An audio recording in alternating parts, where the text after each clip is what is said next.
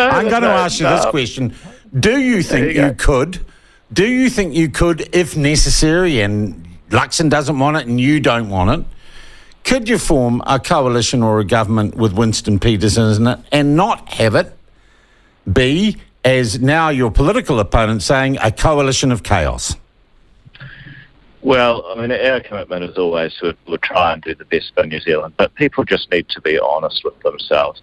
You know, you've got somebody who's had so many chances to solve exactly the same things that he's now complaining about, had more chances than anyone else, has been variously voted out of Parliament, fallen out, resigned, investigated by the SFO, Serious Fraud Office that is, censured by the Privileges Committee, voted out of various electorates. I mean, you know, I think New Zealand actually deserves something a bit more stable and united. New Zealand deserves better than that. So, you know, you can put it on me. It's all my expectation and my fault. Well, David, actually, I have no doubt whatsoever that you're... And I would say, you know, justified antipathy and suspicion of Mr. Peters is absolutely genuine and in fact, heartfelt. Well, the sad fact is, if we look at ACT's recent polling results, it would appear that focus or change in focus from areas of policy, which ACT has always been strong in and strong advocate of its policy and rationality, that perhaps these comments about Winston Peters have damaged your polling in the run-up to Election Day. And can you tell me what's your basis for that? Well, that you're at 8 points. You're at latest poll. You're at 8.4%, right? The Greens are at 12.4%. You were par with them or ahead of them until this Winston Peters stuff started. Well, no, that's not true at all. That's not correct. Well, where isn't it correct, David? What are you at in the latest poll? Which one? 8.8%, the TV3 last night. TV3, the latest poll. Yeah, so you're going to put everything on one poll? No, I'm not. I'm going to say if you look at the trend over time, your campaign has clearly stalled. No, I would say the fact we went up in TVNZ's poll just a few days ago. How much did you go up by? How much did you go up by, David? 2 points in one poll. And what's the margin of error in the TVNZ poll? Well, if you're going to play that game, Sean, then we haven't gone down. Okay, so you are saying you are happy. You don't think the negative campaign against Winston Peters has had any impact on your poll support? No, I don't think it has at all. And I ask you again, Sean, you're the one that just proselytised that it has. Do you have any evidence that... I asked you whether or not you think it has, David. I didn't... you're telling me no. Thank you for the answer. I don't think it has, but now I want to ask you, what was your theory? What made you ask the question? Because I'm a journalist and that's my job, David.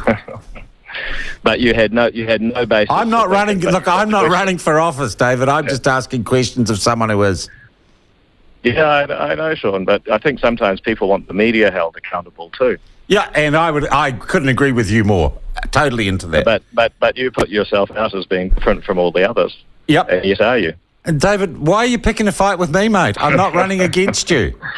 Okay. Oh, because it's so easy, Sean. I'm just having. Okay. Well, anyway, maybe. Here's another question. I'm getting a lot of text today about an interview you did with Bob McCroskey. Last night. Were you happy with that? Because a lot of people saying, "Oh my God!" And I haven't seen it. I'll be honest. But a lot of people saying, I was disappointed in David. Is something happening inside the ACT campaign, and are you frustrated that it seems that you've reached a level of support and you're not busting through to the next level?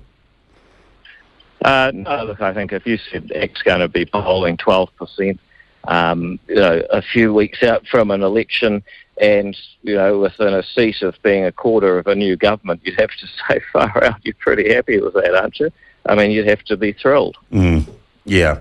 Look, you've also come under, and I don't think necessarily justified attack, on losing a few candidates. And I see in the Post this morning, Andrea Vance has written a piece, and I said earlier, and the headline is another ACT candidate under scrutiny, which generally means another candidate from a party that stuff doesn't like that we're going to have a crack at.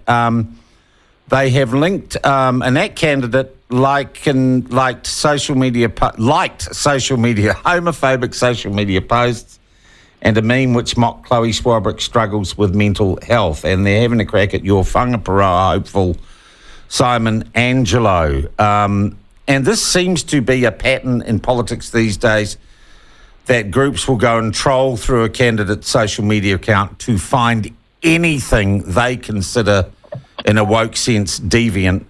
Can you say anything about Mr. Angelo? Is he still a candidate? Does he have your confidence, or are you going to lose another one? Yes, he is, and yes, he does, and no, we're not. I mean, let's be honest here. You've got a guy who liked a few tweets, so I agree with the tweets. No, I don't. It's really just a waste of everybody's time. And then the article goes on to cite unnamed sources who won't put their name on the record, saying, "Oh, I stood for ACT and they didn't select me, and now I'm having a huff." Well, in one article, ACT has been criticised for letting someone be a candidate and for not letting other people be candidates. You've got to be kidding here, right? Unfortunately, this is the problem, and this is why I say the media needs to be held accountable too. Because you've got people who make a huge issue out of things and they say, "Oh, I'm just asking questions." Well, actually, the questions they choose to ask sometimes reveal an agenda.